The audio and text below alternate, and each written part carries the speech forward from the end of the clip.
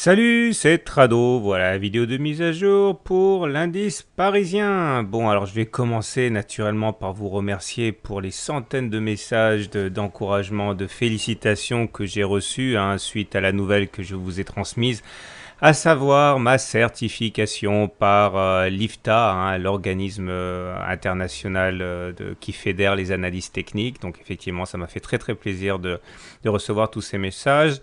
Et on passe tout de suite au coin des fondamentaux pour aujourd'hui. Et là, comme vous pouvez le voir, c'est pas génial. Tout d'abord, des chiffres assez décevants sur la croissance en Chine et puis également en Europe. Mais ce n'est pas tout parce qu'on sait très bien que les sanctions contre la Russie vont tomber, enfin vont être aggravées sans doute. Et Merkel a dit que c'est pas le fait que cela ait des répercussions négatives sur l'Allemagne qui empêcheront les Européens de prendre ces sanctions. Ça, c'est pas non plus très très bon pour les marchés. Et puis, j'ai envie de dire, le plus important, c'est surtout qu'on est dans une situation attentiste par rapport à la BCE qui jeudi va éventuellement laisser la porte ouverte à un quantitative easing à l'européenne. On espère, et c'est ça qui nous permet quand même d'avoir un soutien acheteur parce que les gens ne veulent pas être hors marché si on apprenait une bonne nouvelle sur ce domaine. Alors, regardez la bougie du jour. J'aime pas beaucoup cette bougie parce qu'en fait, elle m'empêche d'avoir une idée assez claire de ce que veulent les intervenants. Mais en fait, c'est assez logique quand on regardait ça. Regardez, on a donc une bougie avec un corps qui est très petit et une mèche basse qui est très longue. Alors les mèches basses, longues, ça veut dire que finalement on termine beaucoup plus haut que les plus bas du jour. On a déjà trouvé ça sur la séance précédente et dans une moindre mesure dans la séance d'avant. Mais ça veut dire clairement qu'on ne veut pas laisser tomber le couteau, on ne veut pas laisser tomber les marchés et il y en a toujours qui sont prêts à racheter du CAC lorsque la période des soldes s'ouvre. Pourtant, ce n'est pas forcément très raisonnable. Mais on dirait bien effectivement que soit certains savent déjà quelle va être l'issue du discours de la BCE. Bon, ça m'étonnerait un petit peu, mais surtout beaucoup espèrent qu'il y aura une décision qui sera prise. Ils ne veulent pas sortir du marché. Pourtant, regardez, on est vraiment dans l'incapacité de sortir de la fourchette d'Andrews. Ça fait quand même 1, 2, 3, 4, 5 séances que l'on tente désespérément de prendre un petit peu d'altitude par rapport à la fourchette d'Andrews, mais à chaque fois on se prend une volée de bois vert et on refinit lamentablement en dessous. Alors, il est vrai que c'est pas simplement ça. Il y a aussi le nuage, là, le nuage de Ishimoku, qui lui aussi s'impose. Alors regardez comme c'est efficace, toutes ces tentatives de clôturer à l'intérieur du nuage qui ne sont absolument pas couronnées d'échecs. Donc voilà, il y a une résistance, elle est là, mais il y a aussi des velléités acheteuses. Et quand on regarde les indicateurs techniques, c'est tout à fait significatif. Tout d'abord, bon, le stochastique, je parle que des indicateurs qui sont importants ce soir, c'est-à-dire qui apportent du nouveau. Le stochastique, il est toujours dans sa zone de surachat, donc c'est très très bien. Le momentum est toujours positif, c'est très bien. Le CCI, il est toujours dans sa zone qui a plus 100, donc normalement c'est bien aussi.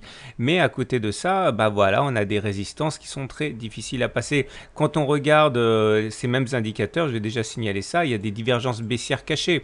On a parlé du stochastique, on a parlé du momentum, donc il est clair que acheter maintenant, c'est quand même risqué de prendre une sacrée gifle. Donc c'est super risqué. Donc même si on voit bien par le biais de ces mèches basses qu'il y a des velléités haussières, moi je ne peux pas vous dire que j'envisage une hausse parce que on pourrait très bien faire une hausse marginale et puis derrière aller payer la présence de ces divergences. En plus, regardez un petit peu sur le CCI.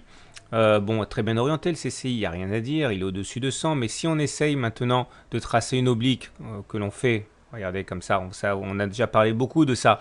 On peut tracer des supports et des résistances sur les indicateurs aussi. Voilà, ça correspond en fait à cette oblique qui est là. Donc on l'a cassé cette oblique par le bas. Alors je vous rappelle, quand on casse des obliques et des supports sur les indicateurs, c'est une alerte. Ça veut dire que si jamais en plus on casse derrière l'oblique sur le cours, on risque de prendre cher. Donc voilà, ça suffit pas à shorter en tant que tel, mais cette oblique là a lâché. Donc on ne peut pas faire comme si ça n'existait pas. Et puis les indicateurs techniques qui sont quand même relativement faibles. On ne peut pas dire que ce soit l'engouement derrière. J'aimerais terminer avec la fameuse loi du retour à la moyenne mobile à 20 séances, que j'aime beaucoup, vous le savez. Et bon, pour ceux qui découvrent mon travail, l'idée c'est qu'on ne peut pas indéfiniment s'éloigner de sa moyenne mobile à 20 séances. C'est-à-dire que lorsque vous avez la moyenne mobile à 20 séances comme ça, et lorsque vous avez les cours d'une action ou d'un indice qui s'envole, au bout d'un moment, c'est mathématique. Ça, on peut pas monter comme ça jusqu'au ciel. On vient chercher la moyenne mobile à 20 séances. C'est la loi du retour à la moyenne mobile à 20 séances. Et ça fonctionne également dans le sens de la baisse. C'est-à-dire que même si la moyenne mobile, même si les cours s'éloignent de la moyenne mobile à 20 séances par le bas, au bout d'un moment, paf, on va la chercher. C'est comme ça, on ne peut pas faire autrement. Et regardez un petit peu ce que ça donne sur le cours. Voilà, les cours peuvent très bien s'envoler, mais au bout d'un moment, il va y avoir un retour à la moyenne mobile à 20 séances. Là, c'est pareil, on peut s'effondrer, mais au bout d'un moment, on va prendre appui sur la M20. Et quand on regarde les courbes, bah voilà pourquoi je vous en parle, c'est que regardez où elle est la moyenne mobile à 20 séances. On l'a cassée ici, et puis depuis, on se permet de partir et de s'en éloigner. Bon, là, on est très vulnérable à un retour à la moyenne mobile à 20 séances. C'est pour ça que ça m'arrive rarement, mais je ne peux pas vous donner mon scénario privilégié parce que de manière privilégiée, je dirais, on va aller chercher la moyenne mobile à 20 séances. Mais là, on voit bien ces mèches qui sont complètement contradictoires avec ce que je viens de dire. Donc, à titre personnel, je pense qu'il est très sage, surtout de ne pas trader avant la réunion de jeudi parce que c'est un petit peu risqué. Voilà, place à l'action du jour. Alors, place à CGG Veritas, qui a vraiment été le martyr de cette année 2014, avec une décrue assez phénoménale. J'en avais déjà parlé il y a quelques semaines et j'avais signalé la présence d'une éventuelle vague de Wolf. Regardez, vague de Wolf, alors j'ai fait un e-book là-dessus, mais en gros, vous avez 5 points, 1, 2, 3, 4, 5. Et si jamais on arrive à repasser au-dessus de cette oblique verte, là, ça pourrait susciter un mouvement très important. Je ne vais pas rentrer dans les détails parce que c'est un peu compliqué. Mais en tout cas, si on arrivait à repasser au-dessus de cette oblique verte ici et clôturer au-dessus, pas simplement en séance mais en clôture mensuelle, donc à la fin de ce mois, on pourrait envisager d'aller chercher dans un premier temps et simplement dans un premier temps les 12,8 euros, donc une hausse très significative et pourquoi pas après la deuxième résistance ici importante, à savoir les 20 euros. Mais je ne vais pas non plus vous faire rêver pour rien. Le plus important déjà pour commencer serait d'ici un mois, donc clôturer au-dessus des 7,5 euros. On suivra de très près. Maintenant, il ne faut pas non plus se leurrer, on est toujours en tendance baissière. Pourquoi on est en tendance baissière? Parce que quand on regarde les pics et les creux, eh bien ils sont descendants. Et c'est ça qui est caractéristique d'une tendance baissière, c'est d'avoir des pics et des creux qui sont descendants. Et il faudrait vraiment passer au-dessus des précédents pics et des précédents creux pour se remettre en tendance haussière. Franchement, on n'y est pas. Regardez d'ailleurs maintenant l'unité de temps hebdomadaire. Alors, en unité de temps hebdomadaire, ce que vous voyez là, entre les deux demi-droites vertes, ça s'appelle un biseau descendant. Et il faut savoir que les biseaux descendants se cassent généralement par le haut. Alors, de 7 à 8 chances sur 10 de casser par le haut. Vous voyez, donc c'est donc un sens qui peut être intéressant pour les haussiers. Alors, une cassure par le haut nous enverrait théoriquement jusqu'au point le plus haut du biseau, à savoir... Allez, là aussi, rêvons un petit peu les 19 euros. Donc, ça converge avec ce qu'on a dit précédemment, mais avec des objectifs intermédiaires. Les objectifs intermédiaires, eh bien, c'est les plus hauts successifs, c'est-à-dire, dans un premier temps, les 11,4 euros, puis les 12,8 euros.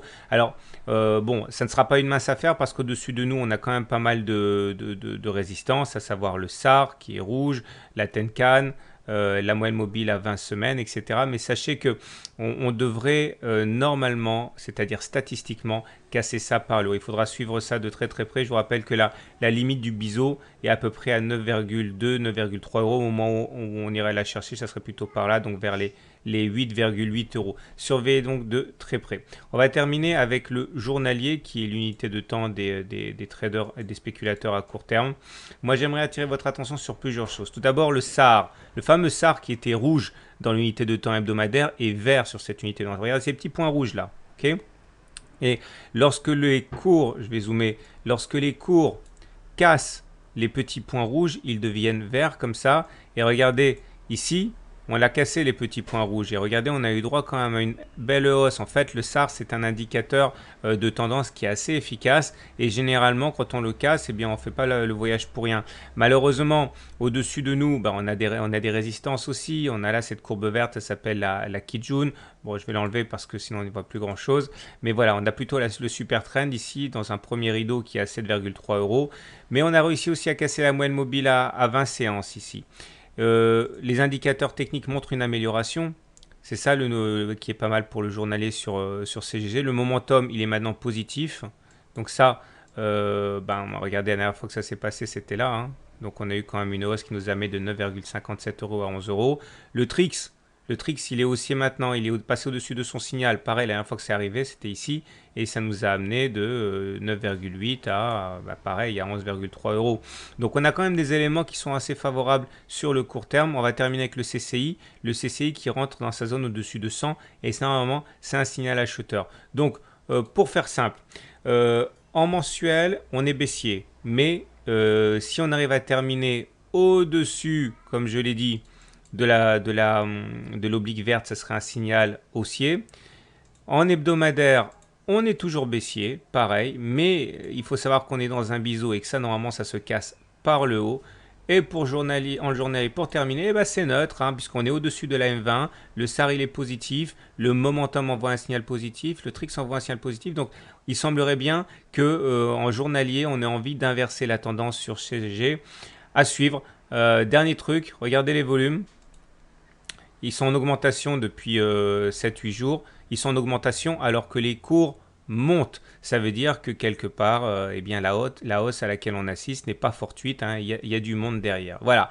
Je vous souhaite une bonne journée, de bons trades. N'oubliez pas que si vous découvrez mon travail, vous pouvez demander votre e-book 100% débutant à mon adresse directement. Et c'est gratuit. À demain pour la mise à jour.